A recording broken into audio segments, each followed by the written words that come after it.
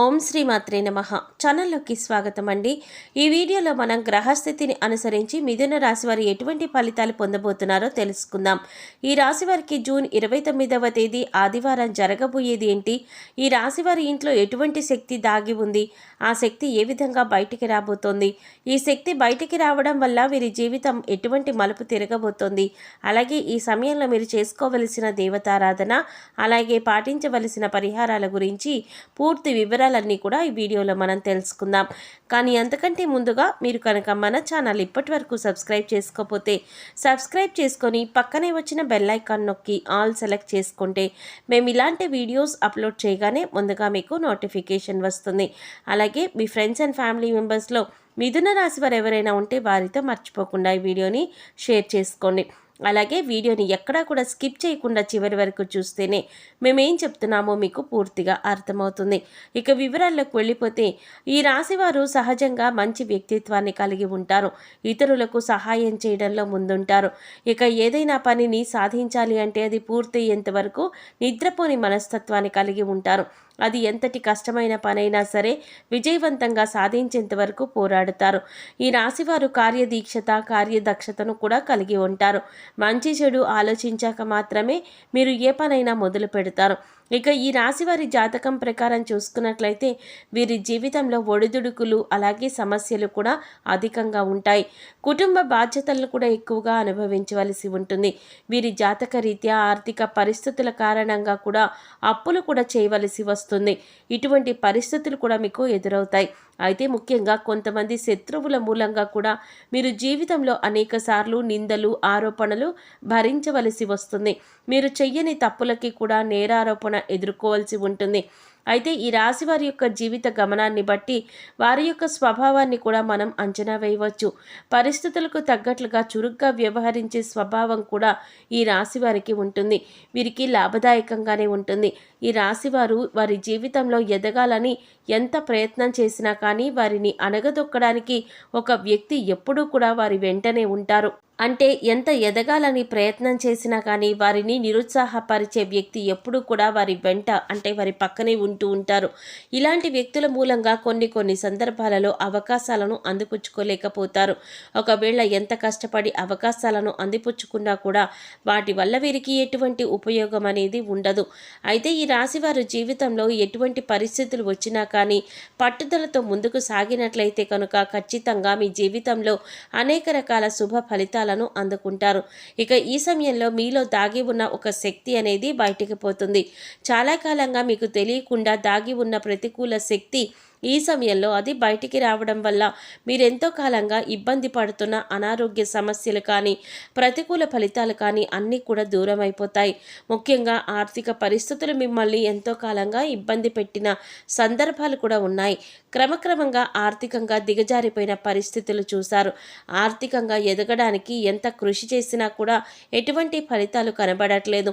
దానికి కారణం మీ ఇంట్లో దాగి ఉన్న, అలాగే మీ ఒంట్లో కూడా దాగి ఉన్న ప్రతికూల శక్తి అని చెప్పుకోవచ్చు. దీని కారణంగా చాలా కాలంగా మీరెన్నో రకాల ఇబ్బందులు ఎదుర్కొంటూ వచ్చారు. ఎన్నో రకాల నిందలు పడవలసి వచ్చింది. అవమానాలు, ఆరోపణలు ఎదుర్కొంటున్నారు. కుటుంబ సభ్యుల మధ్య సఖ్యత కూడా లేదు. అలాగే ఆర్థికంగా కూడా దిగజారిపోతున్నారు. ఈ విధంగా ఎన్నో రకాల సమస్యలు ఎదుర్కొంటున్నారు. దీనికి గల కారణం మీ ఇంట్లో ఉన్న, అలాగే మీ ఒంట్లో ఉన్న ప్రతికూల శక్తి. ఇటువంటి ప్రతికూల శక్తి అంటే నెగిటివ్ ఎనర్జీ అని చెప్పుకోవచ్చు. ఇది ఏ రకంగానైనా సరే మీ ఇంట్లోకి ప్రవేశించి ఉండవచ్చు. అంటే నరదృష్టి ఉన్నా కూడా ప్రతికూల శక్తి మీ ఇంట్లోకి ప్రవేశిస్తుంది. లేదా మీరు బయటకు వెళ్ళి ఇంట్లోకి వచ్చినప్పుడు మీతో కూడా ప్రవేశించి ఉండవచ్చు. అయితే ఇటువంటి ఒక నెగిటివ్ ఎనర్జీ మీ ఇంట్లో ఉండడం కారణంగా మీరు అనేక రకాల సమస్యలు ఎదుర్కొంటున్నారు. అయితే ముఖ్యంగా ఇన్ని సమస్యలకి కారణం తెలుసుకుంటేనే మీ సమస్యలకి పరిష్కారం దొరుకుతుంది. దీనికి ఒకే ఒక్క కారణం మీ ఇంట్లో ఉన్న నెగిటివ్ ఎనర్జీ. అయితే ఈ సమయంలో మీ ఇంట్లో ఉన్న నకారాత్మక శక్తి ఏదైతే ఉందో అది బయటికి రాబోతోంది. ఇక ఎప్పుడైతే ఈ నకారాత్మక శక్తి బయటికి వస్తుందో అప్పటి నుంచి మీకున్న దురదృష్టం అంతా కూడా తొలగిపోతుంది. మీరు ఎదుర్కొంటున్న సమస్యలన్నింటి నుంచి కూడా బయటపడతారు. అయితే ఈ సమయంలో మీరు చేయవలసిన దేవతారాధన, పాటించవలసిన పరిహారాల గురించి తెలుసుకుందాం. ఎప్పుడైతే మీ ఇంట్లో నుంచి నకారాత్మక శక్తి బయటపడుతుందో అప్పటి నుంచి మీరు ఈ సమయంలో ఉదయం సాయంత్రం కూడా ఇంట్లో ధూపం వేయండి. అలాగే ఒక మట్టి పాత్ర తీసుకొని అందులో రాళ్ల ఉప్పు వేసి చిటికెడు పసుపు, చిటికెడు కుంకుమ వేసి ఒక 10 నుంచి 15 మిరియాలు ఉప్పు పైన వేయండి. ఇలా వేసిన మట్టి పాత్రను 2 చేతుల్లో పట్టుకొని అన్ని గదులు తిరగండి. అలాగే తిరిగేటప్పుడు ఇంట్లో ఉన్న నకారాత్మక శక్తి బయటికి వెళ్ళిపోవాలి అని సంకల్పం చెప్పుకోండి. తర్వాత మట్టి పాత్రను తీసుకువచ్చి హాల్లో ఒక పక్కన ఎక్కడైనా మూల పెట్టేయండి. మర్నాడు ఉదయం లేచి ఆ ఉప్పును ఏదైనా పారే నీటిలో పడేయండి. లేదా ఏదైనా చెట్టు మొదట్లో కానీ లేదా వాష్ ఏరియాలో వేసేసి నీళ్లు వదిలేయండి. తర్వాత కాళ్ళు చేతులు కడుక్కొని ఇంట్లోకి రండి. తర్వాత చక్కగా స్నానం చేసి దేవుడి దగ్గర దీపారాధన చేసుకోండి. ఇంట్లో ధూపం వేయండి.